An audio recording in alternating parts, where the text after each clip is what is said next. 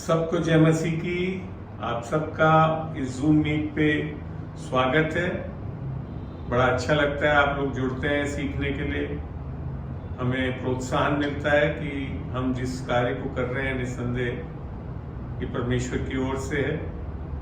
और आज की शाम भी हम हमेशा की तरह वचनों का अध्ययन करेंगे, सीखेंगे, समझेंगे।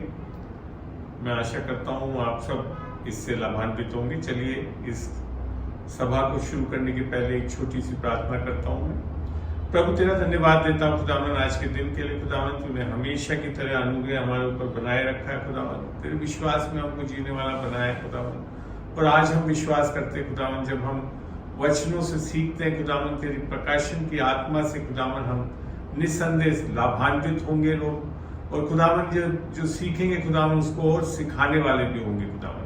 हम जब खुदावन इस सभा की पूरी रिकॉर्डिंग करते हैं खुदावन, इस रिकॉर्डिंग को तेरे लहू में हम ढांपते हैं खुदावन, ताकि आगे चल के जब इसको यूट्यूब पे डालते हैं तो लोगों को और सीखने के लिए मिले खुदावन। हम धन्यवाद देते हैं गए संडे को जब हम अजमेर में जो हमने सभा ली थी उसकी भी रिकॉर्डिंग को कईयों के बीच में खुदावन लोगों को दिखाया और बहुत अच्छी अच्छी चीजें सीखे उसमें। इसका बहुत बहुत धन्यवाद देते हैं खुदावन। आज भी खुदावन लोगों को तैयार कर खुदावन, अपने उनके हृदयों में खुदावन तेरे वचन को हम एक अच्छी भूमि में बो सकें खुदावन, वो 100 गुना फल ला सकें। ये छोटी सी दुआ तेरे प्यारे बेटे यीशु मसीह के नाम से मांगता हूँ, सुन और कबूल कर। आमीन आमीन आमीन। सबको जय मसीह की। चलिए अभी मैं ये चाहूंगा अगर आप में से कोई पूछना चाहे कोई चीज तो पूछ लें उनको। मेरे पास वैसे 1-2 प्रश्न आया अभी, उनमें से कुछ लोग तो ज्वाइन ही नहीं करें। देखता हूं मैं, 1 मिनट बताता हूं आपको। एक बच्चे ने पूछा है कैसे समझे कि परमेश्वर ताड़ना कर रहा है। अच्छा प्रश्न है। एक बहन है जिन्होंने पूछा है पास्टर्स एक दूसरे को दूसरे पास्टरों को सपोर्ट क्यों नहीं करते मिनिस्ट्री में, इस बारे में पूछा है। फिर पूछा है औरतें जो है उनको सर ढांकना चाहिए क्या जब प्रार्थना में रहते हैं चर्च में, ये भी एक अच्छा सवाल है, इन सबको लेंगे। एक हमारे भाई जो जुड़े हुए हैं विजय ने पूछा है, उन्होंने एक्चुअली में लिखित में तो नहीं भेजा था, मैं रिकॉर्ड करके भेजा। मैं अंडरस्टैंड करता हूँ इनको शायद वो नहीं हो पाता है इनसे।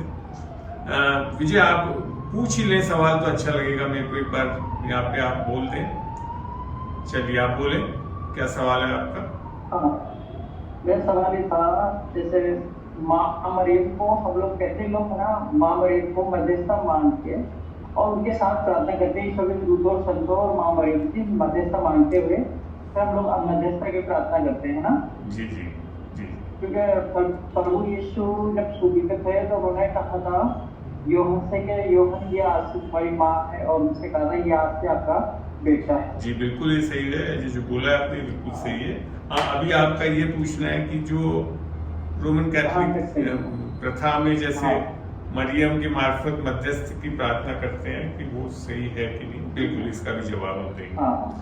और इसके अलावा भी आप में से किसी के कोई सवाल है जो अभी जुड़े हुए हैं तो पूछ सकते हैं, ताकि हम फिर सभा को एक नियोजित तरीके से शुरू कर लेंगे। कोई और प्रश्न है आपके?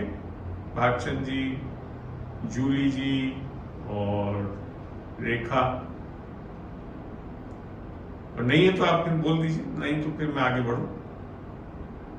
भागचंद जी आपका कोई सवाल? नहीं सर, अभी तो कोई सवाल नहीं है। ठीक है। जूली आपका कोई सवाल है? अंकल अभी नहीं, अभी तो आप ठीक है। रेखा बेटा आपका कोई सवाल है अभी? नहीं है। तो सबसे पहले मैं विजय जी से पूछना चाहूंगा। विजय जी 2-3 सवालात में मैं पूछूंगा मरियम जी के बारे में। जैसे आप क्योंकि रोमन कैथोलिक बैकग्राउंड से हैं, आप ज्यादा और जानते भी होंगे मेरे से भी ज्यादा। और क्या क्या चीजें मानते हैं उनको, आपने देखा हुआ, आपने कभी वहां पे जो मेडल मिलता है वो देखा है? हाँ हाँ, मेडल देखा हुआ है आपने अच्छी तरह? जो बच्चों को पहनाते हैं वही? हाँ हाँ हाँ, बिल्कुल, बच्चों को भी पहनाते हैं, लोग बाग भी पहनते हैं। उसमें हाँ। क्या बना हुआ होता है? हाँ, उसमें क्या बना हुआ होता है? माँ मरियम प्रार्थना करते हुए हाथ जोड़ के बने हुए होते हैं और साइड में स्टार बने होते हैं। है क्या? और और में स्टार जो बहुत छोटे रहते हैं मेडल, उसमें साइड में स्टार बने होते हैं और माँ मरियम होते हैं। और मैंने अक्सर किसी किसी में देखा है यीशु मसीह को जैसे बेबी जीसस की तरह दिखाते हैं गोद में उनके, ये भी देखा होगा आपने? हाँ हाँ, वो भी है ना? होते हैं। हाँ, देखा है। और आपने नीचे देखा होगा वो सर्प को अपनी एड़ियों से कुचल रही है, देखा है आपने कभी हाँ ध्यान हाँ, से? ये देखा। हाँ जी, हाँ देखा है। हमेशा जब भी कुछ चीज करते हो देखते हो तो हमेशा पूरी चीजें देखा करो, है ना? अब ये हाँ। देखते हैं कि ये जो चीज है, पहली चीज तो हम देखते हैं कि ये जो बनाया हुआ है मेडल में, जो एक तरह से भ्रांति है, वो समझना भी बहुत जरूरी है। तो उसमें मां मरियम के द्वारा सर्प अर्थात शैतान को कुचलता हुआ दिखाया गया है, जबकि वचन के अनुसार क्या है ये देखते हैं आगे। चलिए, हम चल रहे हैं उत्पत्ति में।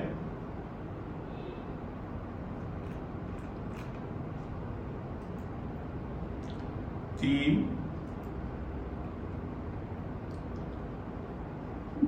काम 13 से पढ़ने की कोशिश करते हैं। उत्पत्ति 3 का 13।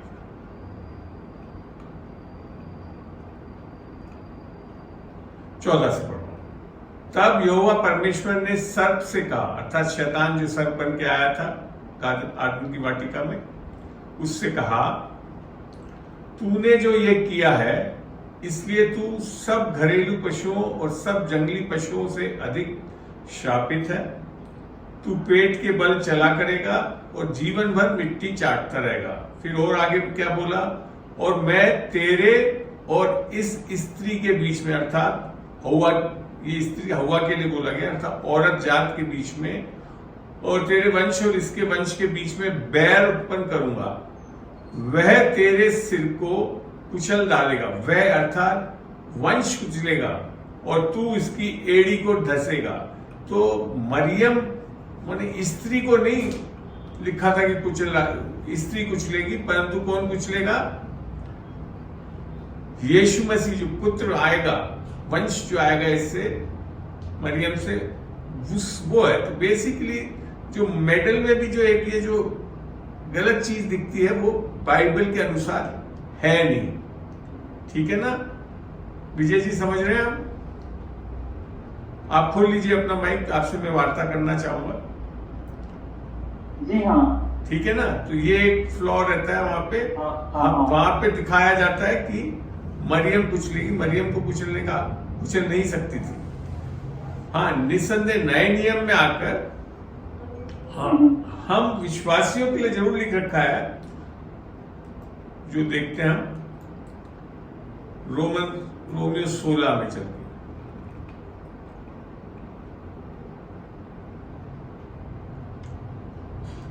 और अभी मैं आपको प्रार्थना के विषय में भी, उसके बारे में भी मैं आपको बिल्कुल क्लियर करूंगा।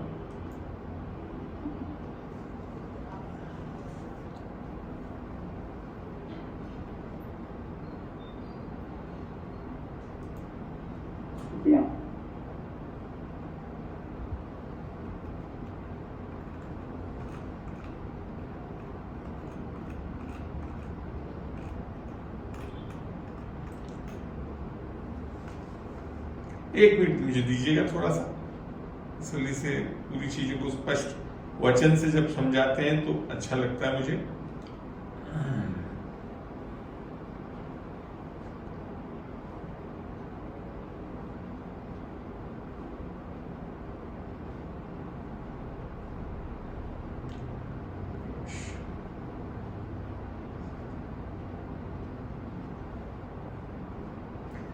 सोलह का 20 जब हम देखते हैं, रोमियो 16 का 20,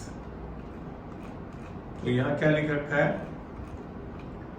शांति का परमेश्वर शैतान को, अर्थात वही सर्प जो है, शैतान को तुम्हारे पांव के नीचे शीघ्र कुचल देगा। हमको जरूर अधिकार दिया है नए नियम में। आई बात समझ में? नए नियम में यीशु मसीह के उद्धार पाए हुए लोगों को ये सामर्थ्य दिए कि हम शैतान को कुचल सकते हैं। ठीक है ना? आई बात समझ? ये दो चीज क्लियर हुई। तो निस्संदेह मनुष्य को दिया है कब? नए नियम में आकर, हम जब यीशु मसीह का उद्धार पा चुके हैं तब ये संभव है। अब आती है बात, देखते हैं कि प्रार्थना, मध्यस्थ की प्रार्थना के लिए। अब इसमें अगर कुछ वचनों को मैं जब दिखाऊंगा, जब आपको शायद समझ में अच्छी तरह आएगा। पहला तो लेकर चल रहा हूं आपको प्रेरितों में। अब आप एक चीज मेरे को ये भी बताएं कि आप प्रार्थना कैसे करते हैं। जब मरियम्मा के नाम से करते हैं तो प्रार्थना कैसे करते हैं, क्या बोलते हैं उसमें? हाँ बोले विजय जी। विजय जी सुन रहे हैं आप? अपन जैसे आप प्रार्थना करते हैं, लोग या रोमन कैथोलिक से प्रार्थना करते हैं तो क्या बोलते हैं? किस नाम से? मरियम जी के नाम से कैसे प्रार्थना करते हैं? जी बोले बोले। अच्छा सब लगेगा, जब सीखने के लिए मिलेगा। अच्छा, शर्माए नहीं इसमें। विजय जी सुनाई दे रहा है आपको?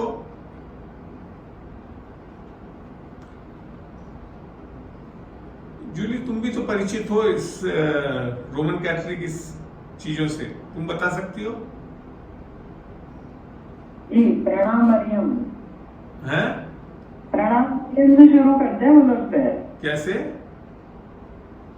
प्रणाम मरियम, धन्य तेरा पुत्र, ऐसे कुछ शुरू करते जी, हैं। ऐसा कुछ बोलते हैं। अब देखिए प्रेरितों के 4:12 में लिखा था, और किसी दूसरे के द्वारा उद्धार नहीं, क्योंकि स्वर्ग के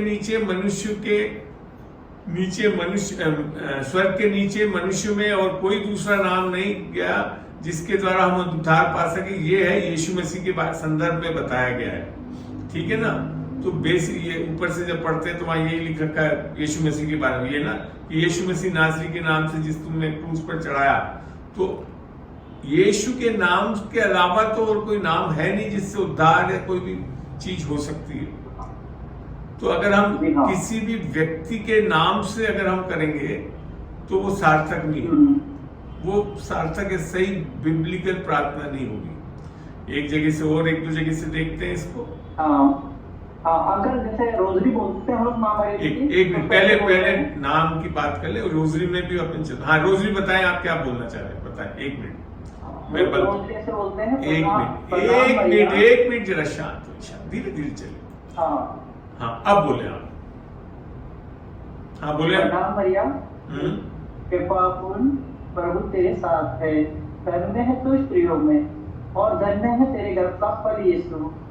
हे सत्य मरिया, परमेश्वर की माँ, प्रार्थना कर हम पापियों के लिए। प्रार्थना कर मैंने हमने निवेदन करा मरियम अम्मा को प्रार्थना करने के लिए, वो मध्यस्थ की प्रार्थना हो गई ना जो ये बोलते हैं। ठीक है ना? अब ये बात जो है नए नियम में, आपने एक चीज और भी बोला था, आपने जब लिखित में भेजा था कि पुराने नियम में मूसा के नाम से भी करा था। ऐसे निस्संदेह पुराने नियम में अब्राहम ने भी करा था मध्यस्थ की प्रार्थना, सब करा था। पर आज की तारीख में मध्यस्थ की प्रार्थना के लिए और कोई का नाम हम इस्तेमाल नहीं कर सकते, क्योंकि बाइबल का वचन अभी एक तो मैंने आपको दिखाई दिया और कोई नाम नहीं। एक जगह और से दिखाता हूं आपको, वचनों को नोट कर ले जरूर आप।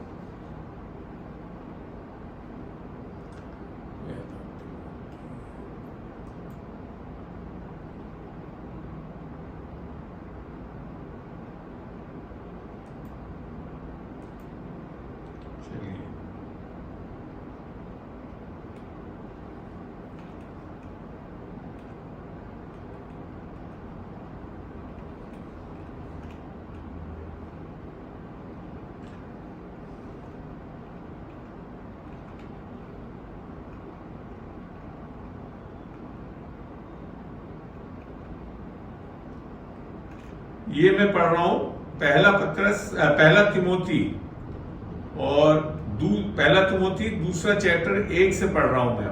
ध्यान से देखिए, सुनिए। अब मैं सबसे पहले ये आग्रह करता हूं कि विनती, प्रार्थना, निवेदन, धन्यवाद सब मनुष्य के लिए किए जाए। तो ये प्रार्थना के विषय में यहाँ पे लिखा गया है। फिर लिखा है राजाओं और सब ऊंचे पद वालों के निमित्त, इसलिए कि हम विश्राम और चैन के साथ रहें।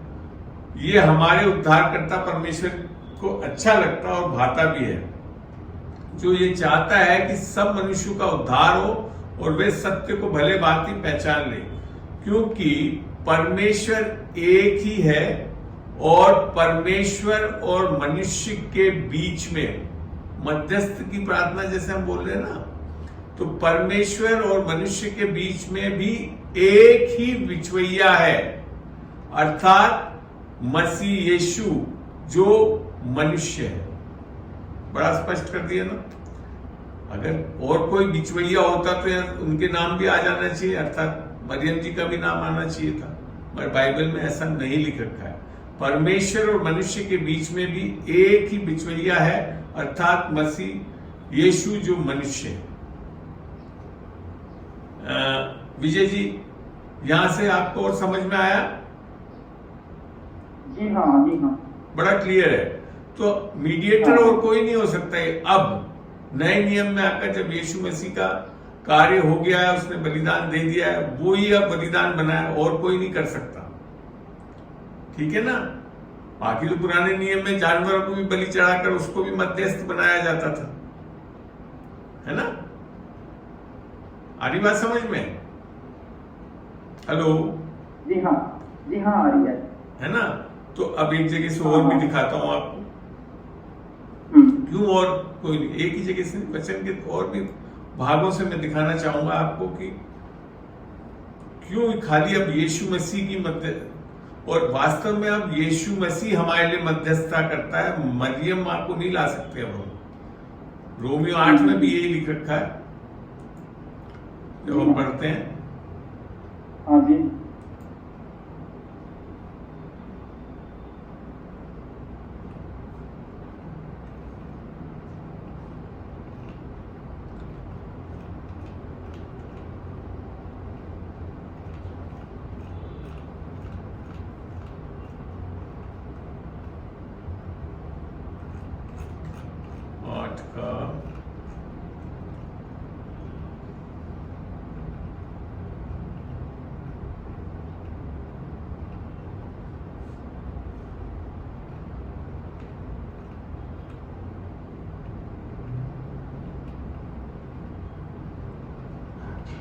ये देखिए यहां क्या लिखा है, 8:34।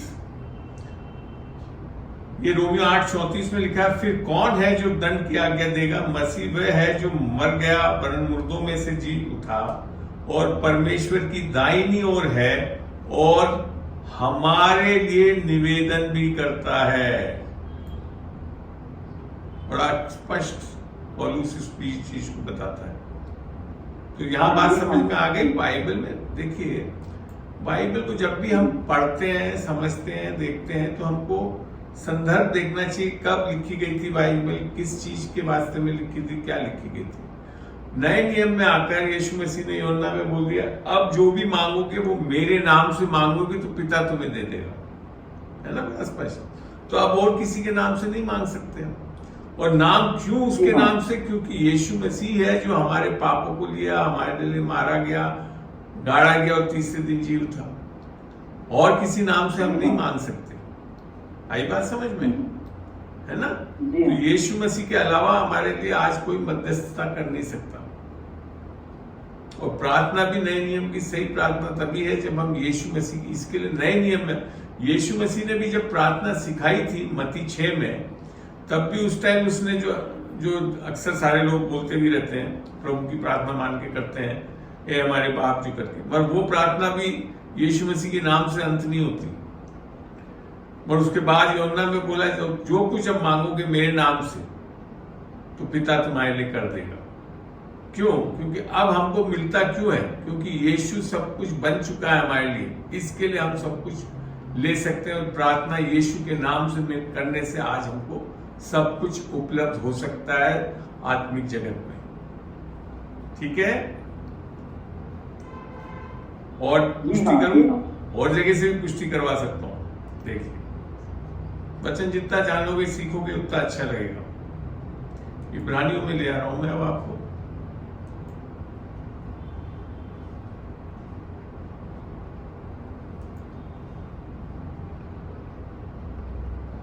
बाकी लोग भी देख रहे हैं, समझ रहे हैं, मेरी आशा है।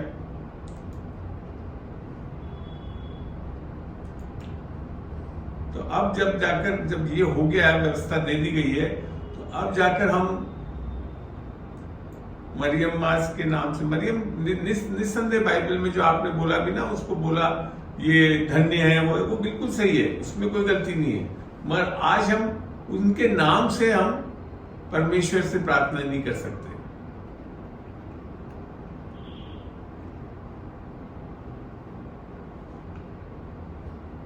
जी हाँ,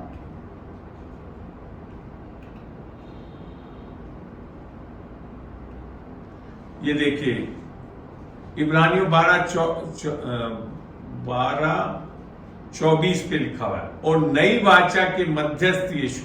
नई वाचा में आने के बाद मध्यस्थ कौन हो गया? यीशु मसीह हो गया, और छिड़काव के उस लहू के पास आए हुए। तो अब नए नियम में आकर कौन हो गया? तो आज की तारीख में हम अब्राहम जैसी प्रार्थना भी नहीं कर सकते। सही ना? जी हाँ, ये बात समझ में? चलिए, अब कोई सवाल और कुछ है? किसी की और सवाल है? नहीं तो एक दो सवाल जो और थे वो कुछ बता देता हूं। एक किरण जुड़ गई है क्या इसमें?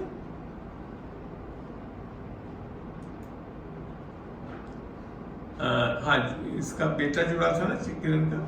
नहीं, चलिए कोई बात नहीं। एक किसी बच्चे ने जो पूछ, हाँ जी, बोले। एक सवाल पहले पूछूं क्या? हाँ पूछिए, बिल्कुल। ये मैं तो चाहता ही ऐसा हूं कि बोलते जाए, पूछते जाए, करते जाए हम आगे। हाँ बोले।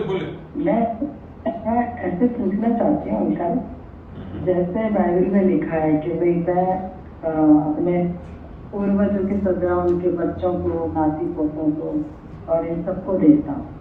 क्या देखता? नहीं, अच्छी से नहीं सुन पाया, बोले अच्छी से बोले। बाइबल में एक जगह लिखा हुआ है ना कि भाई मैं अपने जो गलतियां करते हैं लोग, उनकी सजा उनके नाती को तो 7 पीढ़ी तक देता हूँ, कुछ लिखा हुआ है। बिल्कुल है, लिखा है।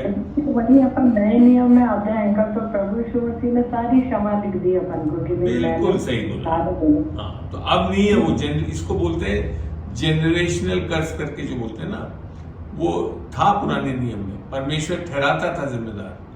ठीक है, आज नए नियम में आकर यीशु मसीह ने क्योंकि सारे श्रापों को ले लिया, जैसा गलतियों 3 में लिखा है, ठीक है ना, तो वो आज ऑपरेटिव कब नहीं होते हैं? जब उस व्यक्ति विशेष ने यीशु मसीह को अपना उद्धारकर्ता और प्रभु ग्रहण कर लिया, अर्थात जिसने यीशु मसीह के क्रूस पे किए गए कार्य को अंगीकार किया, अर्थात सुसमाचार पे विश्वास किया, अंगीकार किया और यीशु को अपना उद्धारकर्ता प्रभु ग्रहण कर, तब वो लहू उस चीज को रोकता है। अब मैं आपको बताऊं वो श्राप रुकता भी कब है, उसका भी एक बहुत इंपॉर्टेंट चीज है जो समझना चाहिए हमको। गलतियों में लेकर चल रहा हूं इसको। आपका वैसे सवाल का तो उत्तर मिल गया आपको ना, लेकिन इसके आगे अंकल एक पूछना था मुझे और छोटे। एक मिनट, पहले इसको निपटा दो पूरा। गलतियों 3 में चलते हैं फिर।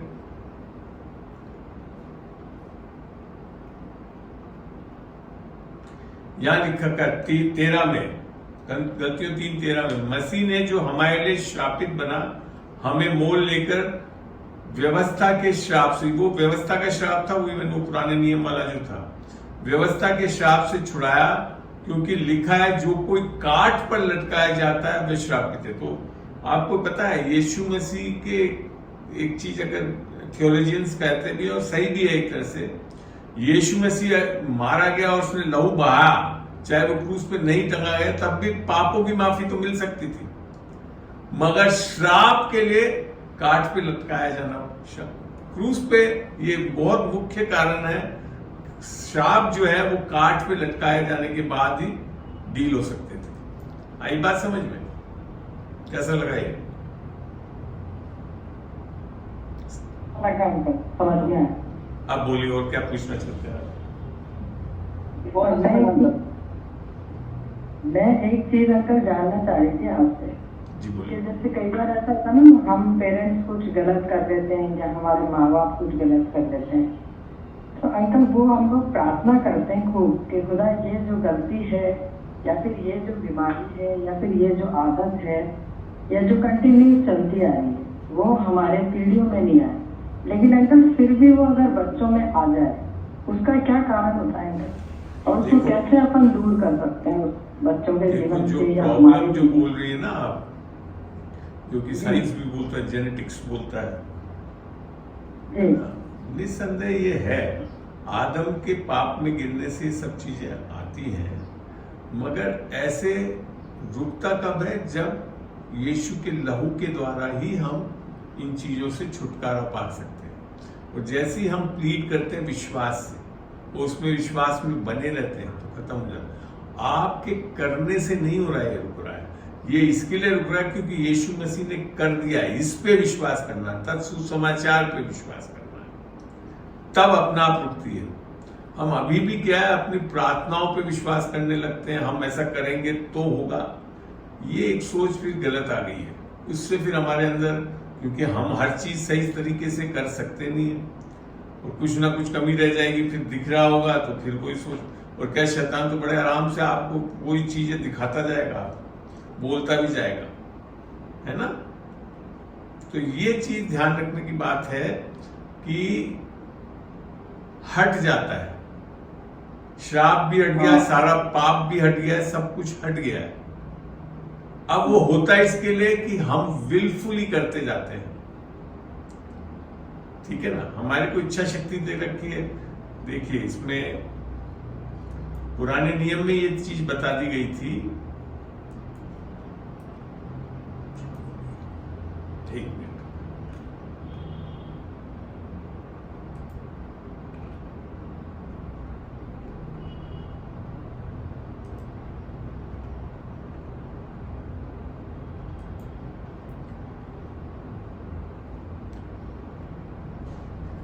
ये व्यवस्था विवरण 30 का 19 पढ़ रहा हूं। मैं आज आकाश और पृथ्वी दोनों को तुम्हारे सामने इस बात की साक्षी बनाता हूं कि मैंने जीवन और मरण, आशीष और श्राप को तुम्हारे आगे रखा है, इसलिए तू जीवन ही को अपना ले कि तू और तेरा वंश दोनों जीवित रहे। अब यहाँ पे एक बहुत बड़ी चीज है, बोली तो 4 चीज थी, आशीष और श्राप, जीवन और मृत्यु। मत चुनने के लिए खाली बोला जीवन, आशीष चुनने के लिए नहीं बोला है। क्यों? क्योंकि जैसे ही जीवन अर्थात यीशु मसीह जो हमारा जीवन है, अगर उसको चुन लेते हैं हम आशीषित हो जाते हैं, श्राप हट जाते हैं हमारे ऊपर से। आई बात समझ में? और चुनना हमको है यीशु मसीह, तो यीशु मसीह हल है सब चीज का। समझ में आ रही बात जूली? हेलो, ठीक है ना? तो ये है कारण। अब और कोई सवाल आप लोगों की पूछूंगा, क्योंकि जो अब यहाँ पे है उन्हीं के सवालों का जवाब मैं देना चाहूंगा। अभी सवाल तो 2 बाहर से भी आए हुए हैं मेरे पास। जी बोलिए, और कोई पूछना चाहते हैं? अच्छा लगा जूली, आपने अच्छा रिस्पॉन्स दिया। पूछिए पूछिए, शर्माइए मत।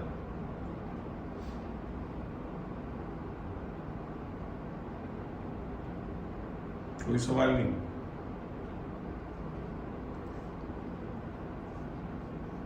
मैं सवाल पूछूं? तो सवाल पूछा उसी का जवाब फिर आप लोग ही दीजिए। ऐसा करें, आप में से कोई दे तो अच्छा लगेगा मेरे को। एक बच्चे ने पूछा है, कैसे समझे कि परमेश्वर ताड़ना कर रहा है? बताइए, आप में से कौन बता सकता है?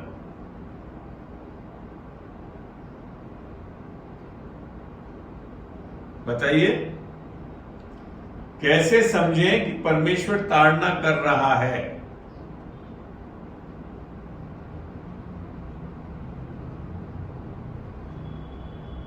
मैंने ये सवाल होना चाहिए था आपका और आपको पूछ ही नहीं रहे हो।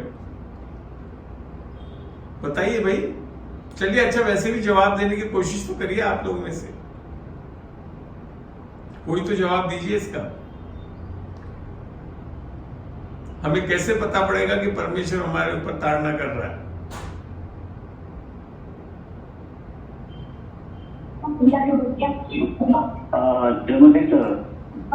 हाँ बेटा बोले। ये कौन जुड़ा है जिसने माइक बंद नहीं करा? बंद कर लें। हाँ भागचंद जी आप बोले। मैं बोल रहा हूँ। हाँ आराम से बोले। हाँ मैं बताऊँ सर। हाँ बोले। जैसे कि सर अपन जितना परमेश्वर के वो और नजदीक रहेंगे, परमेश्वर चाहे कि हम बने। क्या बने? तो वो हमें और मतलब चित्त बने और चित्त बने, तो परमेश्वर चाहता है कि आपकी आवाज कट रही है। आप शायद बस में या किसी में गाड़ी में ट्रेवल कर रहे हैं क्या? आपकी आवाज कट रही है। या तो आप ऐसा करें, आपका वीडियो बंद करते हैं और बोले खाली। वीडियो बंद करते हैं आप, वीडियो बंद करते हैं, आप बोले। आप बोले। हम जब परमेश्वर के करीब जाते हैं धीरे धीरे। हेलो। हाँ बोल, सुन रहा है। तो परमेश्वर भी चाहता है कि और नजदीक आए, तो हमें किसी न किसी रूप में उनको ताड़ना देता है। अच्छा, मैंने हमको पास में बुलाने के लिए ताड़ना देते हैं, आपका ये कहना है? हाँ सर। ये ऐसा कहीं आपने वचन देखा है? कौन सा? इसका कोई वचन आपको पता है नए नियम में? नहीं, ये एक्चुअली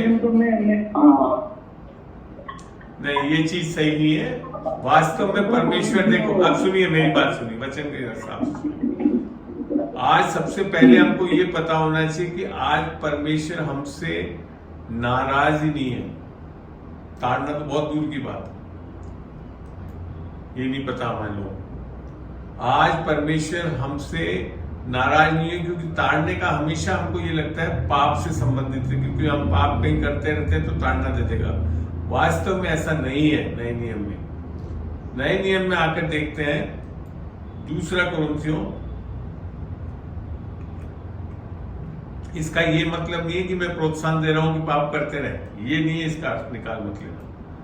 मगर नए नियम में आकर जब हम पढ़ते हैं 2 कुरिन्थियों 5 का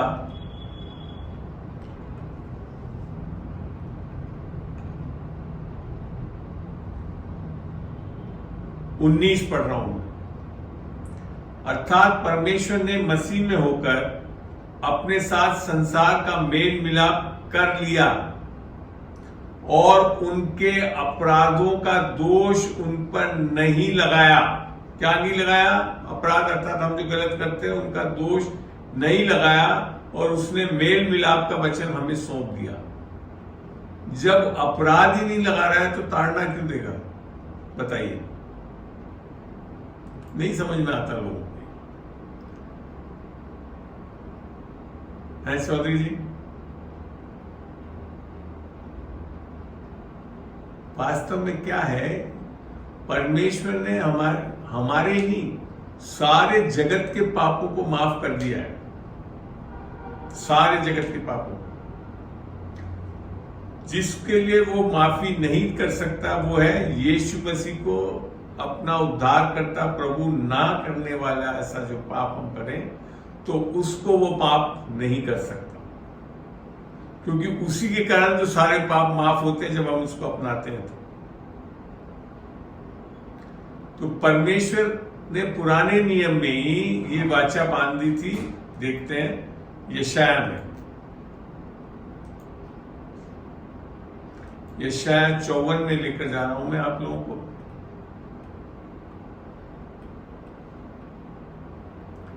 यशाया यशाया यशाया यशाया 54।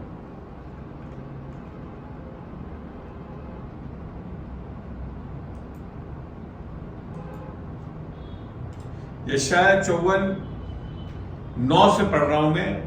ये मेरी दृष्टि में नूह के समय के जल प्रलय के समान है। देखिए, नूह के समय का जल प्रलय परमेश्वर का क्रोध ही था, आया था, सब पे आया था उस टाइम।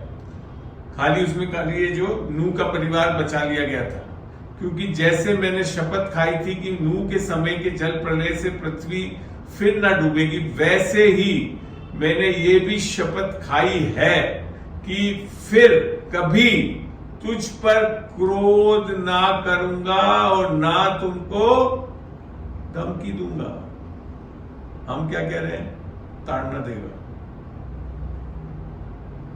जी हाँ, सही कह रहे हैं ना, बहुत सही। क्यों?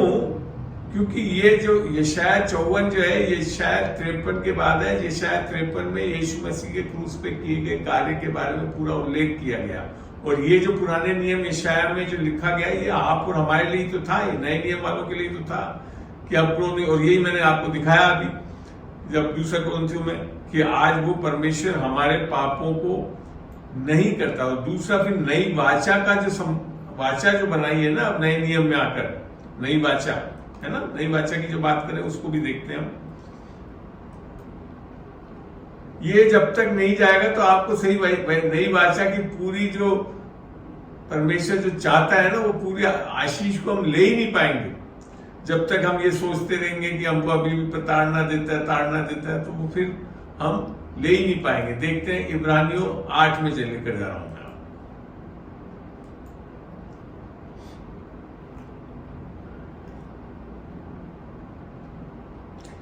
10 में पढ़ रहा हूं, इब्रानियों 8 का 10। फिर प्रभु कहता है कि जो वाचा मैं उन दिनों को बाद इजराइल के घराने के साथ बांधूंगा, वो ये है कि मैं अपनी व्यवस्था को उनके मनों में डालूंगा और उसे उनके हृदय पर लिखूंगा, और मैं उनके परमेश्वर ठहरूंगा और वे मेरे लोग ठहरेंगे।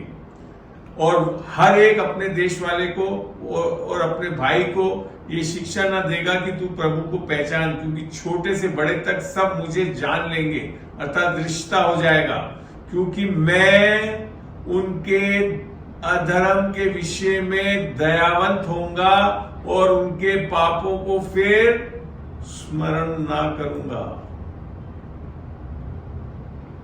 नई वाचा की स्थापना का मुख्य एक जो कारण है वो यही तो है कि ये परमेश्वर जो है वो दयावंत हो जाएगा और हमारे पापों को भी स्मरण नहीं करेगा, माफ कर देगा। और नई वाचा की स्थापना से उसने प्रथम वाचा को पुराने नियम में तो बताया ना मैंने, बिना व्यवस्था के भी नूह के समय में प्रलय लाकर सबको नाश कर दिया था। बहुत बड़ा फर्क आया है नए वाचा में। क्या समझ में आया आज आपको? न्यू कवेनेंट, न्यू टेस्टामेंट का कवेनेंट ही इसी आधार पे कर रहा है परमेश्वर कि हमको अब कुछ नहीं करना है, सब परमेश्वर करके दे रहा है हमके लिए, और उसने कर दिया है यीशु मसीह के द्वारा। इसके लिए आज हम जयवंत हो सकते हैं, आशीष पा सकते हैं, आशीषित हैं, सब कुछ मिल गया हमको। विश्वास से हमें ग्रहण करना, सब कुछ अनुग्रह से मिल रहा है। आई बात समझ में? चलिए, अभी भी कोई सवाल हो इसमें तो पूछ सकते हैं आप। नई वाचा का फायदा यही है। अब यही नहीं, इससे बढ़कर और चीजें देखते हैं। क्यों आज हमको प्रताड़ना नहीं, बल्कि हमको क्या कर रहा है यीशु मसीह। एक चैप्टर में खोल के दिखाता हूं, उससे कितनी चीजें आपको समझ में आएगी। चलते हैं हम पहला कुरिन्थियों में, क्योंकि अब बाकी लोग सवाल नहीं पूछ रहे हैं तो मैं अब आपको इस चीज में ले आना चाहता हूं ताकि आप लोग को कई भ्रांतियां हट जाएगी इससे। पहला कुरिन्थियों का पहला चैप्टर से ले रहा हूं मैं। देखिए यहां पे कितने फायदे हैं। पहली बात देखो क्या लिख रहा है, पौलुस की ओर से जो परमेश्वर की इच्छा से यीशु मसीह का प्रेरित होने के लिए बुलाया गया। आप पता, आपकी इच्छा से नहीं आए हो आप यीशु मसीह में, परमेश्वर की इच्छा से आप यीशु मसीह में आए। ये सबसे पहले जान लेना। हम लोग सोचते हैं हम आ गए, नहीं, यीशु मसीह का प्रेरित होने के लिए बुलाया गया और भाई सोफितनस की ओर से परमेश्वर की उस कलीसिया के नाम जो कुरिन्थस में है, अर्थात उनके नाम जो मसीह यीशु में पवित्र किए गए। क्या कर दिए गए हम लोग मसीह यीशु में? हम अभी सोच रहे हैं हम पवित्र हो जाएंगे, होना है हमको। यहां लिखा है पवित्र किए गए, मैंने पास्ट टेंस हो गया, कर चुका है, और पवित्र होने के लिए बुलाए भी गए थे, इसके लिए पवित्र करा है। और उन सब के नाम की जो हर जगह हमारे और अपने प्रभु यीशु मसीह के नाम से प्रार्थना करते हैं। हमारे पिता परमेश्वर और प्रभु यीशु मसीह की ओर से तुम्हें अनुग्रह और शांति मिलती रहे। रुकता ही नहीं है अनुग्रह और शांति, प्रताड़ना मिलती रहे लिख रखा है, नहीं लिख रखा, अनुग्रह और शांति मिलती रहे। मैं तुम्हारे विषय में अपने परमेश्वर को धन्यवाद सदा करता हूं, इसलिए कि परमेश्वर का ये अनुग्रह तुम पर मसीह यीशु में हुआ है। मसीह यीशु में, क्योंकि आपने उसको उद्धार करता प्रभु मान लिया, इसके लिए आपके ऊपर यह अनुग्रह हुआ है कि उसमें होकर तुम हर बात में, अर्थात सारे वचन और सारे ज्ञान में धनी किए गए हो। होंगे नहीं, धनी किए जा चुके हो। आधे से ज्यादा हम लोग विश्वासी को पता ही नहीं कि हम यीशु मसीह में क्या है। यहाँ क्या लिख रखा है कि उसमें जब हम यीशु मसीह में हैं, उद्धार पा लिया, नया जन्म पा लिया, होकर तुम हर बात में, अर्थात सारे वचन और सारे ज्ञान में धनी किए गए हो। सब पास्ट टेंस है, भूतकाल है, कि मसीह की गवाही तुम में पक्की निकले, यहां तक कि किसी वरदान में तुम्हें घटी नहीं है, और तुम हमारे प्रभु यीशु मसीह के प्रकट होने की प्रतीक्षा करते रहते हो। वह तुम्हें अंत तक दृढ़ भी करेगा। क्या करेगा? प्रताड़ना करेगा, दृढ़ भी करेगा कि तुम हमारे प्रभु यीशु मसीह के दिन में निर्दोष ठहरो। कौन कर रहा है? परमेश्वर कर रहा है। हमारे परमेश्वर विश्वास योग्य है, जिसने तुमको अपने पुत्र हमारे प्रभु यीशु मसीह की संगति में बुलाया है। और आपने, जब हम बुलावट को ले लेते हैं, ग्रहण कर लेते हैं, हे भाइयों मैं तुमसे यीशु मसीह जो हमारे प्रभु है उसके नाम के द्वारा विनती करता हूं कि तुम सब एक ही बात कहो और तुम में फूट ना हो, परंतु एक ही मन और एक ही मत होकर मिले रहो। हमको पता क्या, एक बात जो वचन बोलता है उसको बोलने वाला होना चाहिए। अभी भी हमारे लोगों में क्या है, अपनी अपनी सोच से निकाल लाते हैं, प्रताड़ना करेगा, फलाना करेगा, ऐसा है नहीं। जबकि तो इसी के लिए फूट आती है पता मसीहों के बीच में, क्योंकि हे मेरे भाइयों, खलोए के घराने के लोगों ने मुझे तुम्हारे विषय में बताया है कि तुम में झगड़े हो रहे हैं। मेरा कहना यह है कि तुम में से कोई तो अपने आप को पौलुस का, कोई अपुलुस का, कोई कैफा का, कोई मसीह का कहता है। क्या मसीह बट गया? क्या पौलुस तुम्हारे लिए क्रूस पर चढ़ाया गया? यही बात समझ में, यीशु मसीह खाली आप अपने लिए क्रूस पर चढ़ाया गया। और लोग भी वैसे क्रूस पे तो बहुत चढ़े हैं, पौलुस भी चढ़ाता है, ऐसी बात नहीं है। मगर किसके क्रूस पे चढ़ाए जाने से? यीशु मसीह के क्रूस पे चढ़ाए जाने से हो रहा है। तो यहां जब पढ़ोगे इसको तो आगे फिर लिखता है, ये बड़ा अच्छा लगता है मेरे, क्योंकि क्रूस की कथा नाश होने वालों के निकट मूर्खता है, अर्थात सुसमाचार कईयों के लिए मूर्खता लगती है, परंतु हम उद्धार पाने वालों के निकट परमेश्वर की क्या है? सामर्थ है। क्योंकि सामर्थ केवल सुसमाचार से आता है। रोमियो में भी 1:16 में यही चीज लिखा पौलुस ने कि मैं सुसमाचार से लज्जाता नहीं, क्योंकि उसमें उद्धार पाने की सामर्थ है उससे। क्योंकि लिखा है, मैं ज्ञानवानों के ज्ञान को नाश करूंगा और समझदारों की समझ को तुच्छ कर दूंगा। कहां रहा ज्ञानवान, कहां रहा? तो ये दुनिया के लोग दुनिया के ज्ञान के बारे में बता रहे हैं। लोग अभी भी नहीं समझ पा रहे कि यीशु मसीह के क्रूस के कारण ही उद्धार हो सकता है। लोग अपनी अपनी थ्योरी लाते हैं, हम अच्छे अच्छे भले काम करेंगे तो हो जाएगा। ये बहुत अच्छी चीज लिखी है 21 में, एक और बहुत बड़ा रहस्य पढ़े इसको। क्योंकि जब परमेश्वर के ज्ञान के अनुसार संसार ने ज्ञान से परमेश्वर को ना जाना, तो परमेश्वर को यह अच्छा लगा कि इस प्रकार की मूर्खता के द्वारा विश्वास करने वालों का उद्धार दे। मैं अभी अजमेर में जब था कलीसिया में इनकी किरण की, तो वहां पे एक लेडी थी जो पढ़ी लिखी नहीं थी, एक तरह से बिल्कुल संसार के हिसाब से बिल्कुल एक मूर्ख थी, मगर इतना जबरदस्त उसमें सामर्थ्य है, लोगों को चंगा कर रही है, छुटकारा दिला ली है और यीशु को जानती है अच्छी। तो यही तो इस प्रचार की मूर्खता के द्वारा विश्वास करने वालों को उद्धार दे।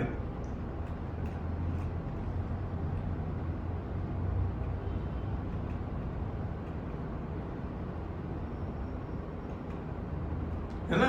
तो ये चीज समझना चाहिए कि हमको ये एक और बड़ा अच्छा लगता 25, क्योंकि परमेश्वर की मूर्खता मनुष्य के ज्ञान से ज्ञानवान है और परमेश्वर की निर्बलता मनुष्य के बल से बहुत बलवान है।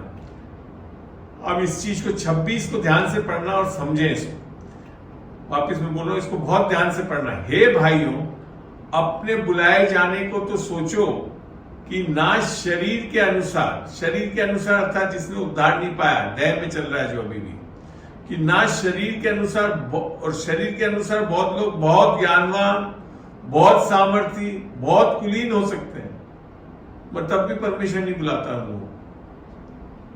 आप देखेंगे बहुत अच्छा आपको जीवन में ऐसे लोग मिल जाएंगे जो संसार की रीति से बहुत ज्ञानवान है, बहुत सामर्थी है, बहुत कुलीन भी है, पर तब भी परमेश्वर ने ऐसे लोगों को नहीं चुना।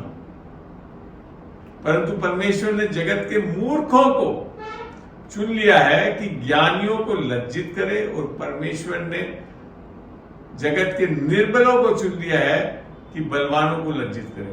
प्रभु को बहुत बहुत धन्यवाद। आज हमारे बीच में कई लोग जब मिलते हैं, बैठते हैं, लोग हैं ऐसे लोग जो अभी भी इतने ज्ञानवान नहीं है, तब भी परमेश्वर ने हमको चुन लिया, इसका हमेशा धन्यवाद दो। यहां और लिखा, परमेश्वर ने जगत के नीचों और तुच्छों को, वरन जो भी नहीं उनको भी चुन लिया कि उन्हें जो है व्यर्थ ठहराए। परमेश्वर जो घमंडी होते हैं, जो बहुत अपने आप पे बहुत भरोसा करते हैं, अपने समझ पे, अपने ज्ञान पे, उनको नहीं चुन पाता है, क्योंकि वो परमेश्वर की अधीनता में आने के लिए तैयार ही नहीं होते।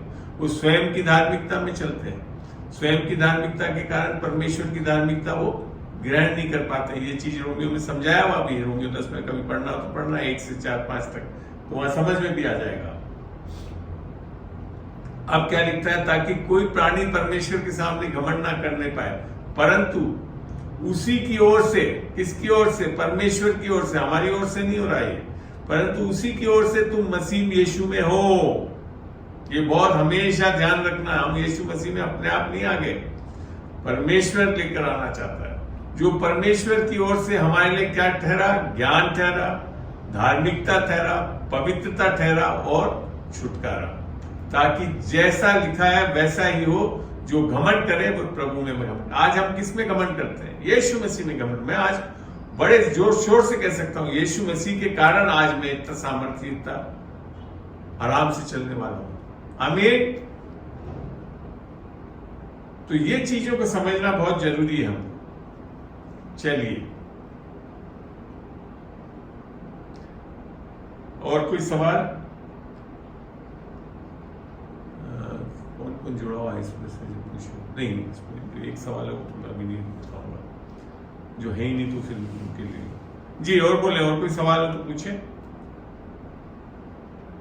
नहीं तो लगभग अभी 1 घंटे होने वाला है, फिर हम 1 घंटा तो नहीं हुआ है, सेशन शुरू करें तो 50 मिनट हुए हैं, 10 मिनट और है।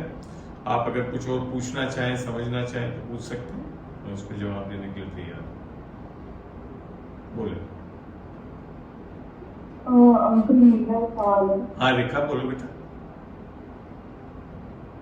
अंकुल, मेरे पूछने से हम अपने परिवार के उद्धार के लिए हमारा वचन।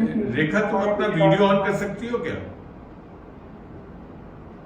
जी करो, करके पूछो।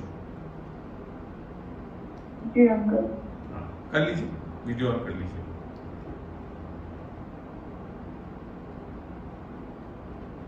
हाँ, आप पूछिए, बोलो।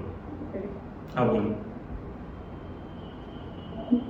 परिवार के उद्धार के लिए हमारा प्रेयर वचन भी और विश्वास के अलावा हम और क्या कर सकते हैं जो हमारे हमारे परिवार के उद्धार के लिए, परिवार के उद्धार के लिए बेटा अच्छा ये है बाइबल में, मैं और मेरा घराना उद्धार पाएगा, ये तो बिल्कुल सही है। मगर उद्धार कब पाएगा, वो एक चीज तो एक एक इंडिविजुअली को करना पड़ता है। उद्धार मेरे प्रार्थना करने से लोग यीशु मसीह को, यीशु मसीह को स्वयं एक व्यक्ति को अपने आप ग्रहण करना पड़ेगा। इच्छा शक्ति जो है उसको परमेश्वर कभी भी उसके ऊपर नहीं जाता। अगर ऐसा होता तो सबका उद्धार एक झटके में हो जाता, है ना, रोबोट की तरह कर सकता था, मगर ऐसा नहीं है। हमको स्वयं प्रत्येक एक एक जन को यीशु मसीह को अपना उद्धार करता प्रभु ग्रहण करता है। तो उद्धार करता ग्रहण करना मीन्स हमको ये मानना पड़ेगा कि हाँ, यीशु मसीह मेरे पाप के लिए मारा गया, गाड़ा गया और तीसरे दिन जी उठा। जब हम इसको बोलेंगे, अंगीकार करेंगे, विश्वास करेंगे तो ये उद्धार होगा, अन्यथा नहीं हो सकता। उसके रुकावट के कारण बहुत है निस्संदेह, शैतानी ताकत भी होता है बाइबल में, जैसे दूसरा कोरिन्थियों 4 में जैसे लिखा है ना, संसार का परमेश्वर ने लोगों की बुद्धि को अंधा कर दिया। तो ऐसे टाइम में हम ये कर सकते हैं कि उनको डिलीवरेंस दें, क्योंकि हम उद्धार पाए हुए लोग डिलीवरेंस दे सकते हैं। तो डिलीवरेंस देकर फिर वापस सुसमाचार तो बताएं, समझाएं और ग्रहण करवाएं। तो सुसमाचार तो इंडिविजुअली आपको एक एक जन को जो भी बचना चाहता है उसको ग्रहण करना ही पड़ेगा। ये हो नहीं सकता कि मैं किसी और के लिए प्रार्थना करता हूं तो उद्धार पाले या मेरे परिवार वाला उद्धार पाले, ऐसा नहीं हो सकता, असंभव है। ठीक है, पर्सनली आपको एक्सेप्ट करना। जी गुड इवनिंग। हाँ बोले। गुड मॉर्निंग, आपकी तरफ से गुड मॉर्निंग, हमारे गुड इवनिंग। मैं बोलती हूँ कि परिवार के लिए प्रेयर करो। जैसे मेरे पेरेंट्स के लिए मैंने कितने साल प्रेयर किया, आज प्रभु का धन्यवाद, मेरे मम्मी पापा सब लोग प्रभु में आ गए। आमीन आमीन। हाँ, यहाँ पे ये मैं बताना पड़ूंगा, प्रार्थना भी कैसी वाली होनी चाहिए, विश्वास की प्रार्थना। प्रार्थना करने के बाद सोचते हैं पता नहीं उद्धार पाएंगे कि नहीं पाएंगे, तो फिर तो आपकी प्रार्थना ही बेकार हो गई। I was pray and pray. I just begging to God, I don't want my father go to hell. 84 years old, and then I said, just Father, bring my father to your kingdom. And finally, 84 years old now that he's reading the Bible. इनके तो 84 में आए, मेरे तो 91 वर्ष के आए, जबकि मैं इतना वचन जानने वाला और सब कुछ था। I'm so blessed and I'm so happy. मेरी मम्मी भी मुश्किल से कुछ दिनों पहले, जब उनकी हार्ट अटैक से प्रभु में सोई है वो कुछ दिन पहले, जबकि वो वैसे बाइबल जानती थी, पढ़ती थी, मगर यीशु मसीह को अपना उद्धार करता प्रभु नहीं जानती थी। तब उन्होंने ग्रहण करा, जब हमने मिनिस्टर करा, दुआ करी।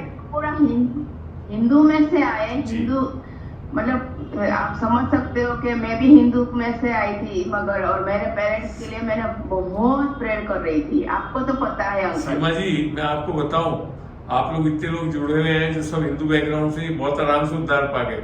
मेरे जो ईसाई भाई लोग हैं वो आज तक उद्धार नहीं पाए। बड़ा मुश्किल है ईसाइयों को उद्धार दिलाना। Amen. I'm so blessed, really. Today I just wake up on 3 o'clock, or then Holy Spirit touch and I pray in spirit. That is powerful. I love that. बिल्कुल। चलिए, अब आपके कोई सवाल और भी हो तो बताएं। बहुत अच्छा, thank you for the input. बहुत अच्छा लगा आपकी इस गवाही से।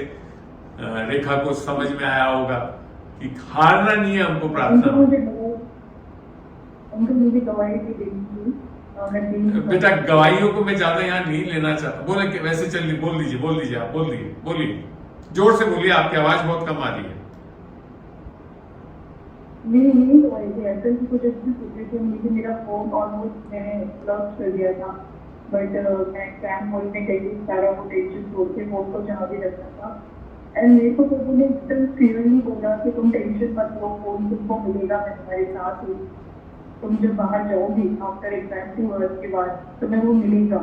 एंड मेरे अंदर इतना विश्वास आ गया था एग्जाम हॉल के अंदर कि मुझे ना तो पेपर की टेंशन था, वो प्रेशर भी नहीं आया मेरे ऊपर, और ना फोन था। और जब मैं बाहर निकली एग्जैक्टली मुझे वो फोन मिला तो ये मेरे लिए बहुत बड़ी बात है। उस दिन मेरे को समझ में आया कि हमें अपना सब कुछ एक्चुअली कहीं ना कहीं गुरु के हाथ में देना चाहिए। बिल्कुल, विश्वास जो किया है, प्रार्थना जो की है, उसमें निश्चय उसी में बने रहना है और चीजों को एंटरटेन नहीं करना है। चलिए, बहुत अच्छा, बहुत अच्छी कविता, थैंक यू। और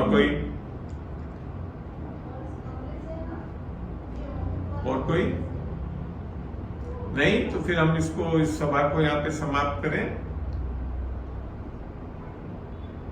अगर और कोई सवाल नहीं हो, कुछ पूछना नहीं हो, तो हम यहाँ पे समाप्त कर सकते हैं। किरण, आपने जो सवाल पूछा था उसका जवाब दे दिया, देख लेना, इसमें मिल जाएगा। हाँ, मैंने हाँ, वो आधा बच्चे सुना वाला। था, मेरे को खुद वो इसमें आ गया है, इसको इस रिकॉर्डिंग को देख लेना, समझ जाएंगे। हाँ हाँ जी जी। चलिए, और कोई नहीं हो तो फिर हम इस सभा को एक छोटी सी प्रार्थना से समाप्त करते हैं। प्रभु तेरा धन्यवाद देते हैं आज के दिन के लिए, इस समय के लिए। खुदावन, इस सभा को तूने आज एक सफल बनाया खुदावन, लोगों के सवालों को आज उत्तर मिल सका खुदावन वचन से, इसका हम बहुत बहुत धन्यवाद देते हैं खुदावन। धन्यवाद देते हैं, इतना भला है, अच्छा है, इसके लिए खुदावन हम आशीष बोलते हैं सबको खुदावन। और जो भी वचन सिखाया गया है और जो हम इसको रिकॉर्डिंग करके यूट्यूब पे डालते हैं खुदावन, तो ये बहुत लोगों के लिए अच्छा शिक्षा का कारण बन सके खुदावन। तेरे पवित्र लहू में सबको ढांपते हैं, विश्वास करते हैं, आशीष बोलते हैं, जयवंत बोलते हैं सबको, यीशु के नाम से, आमीन।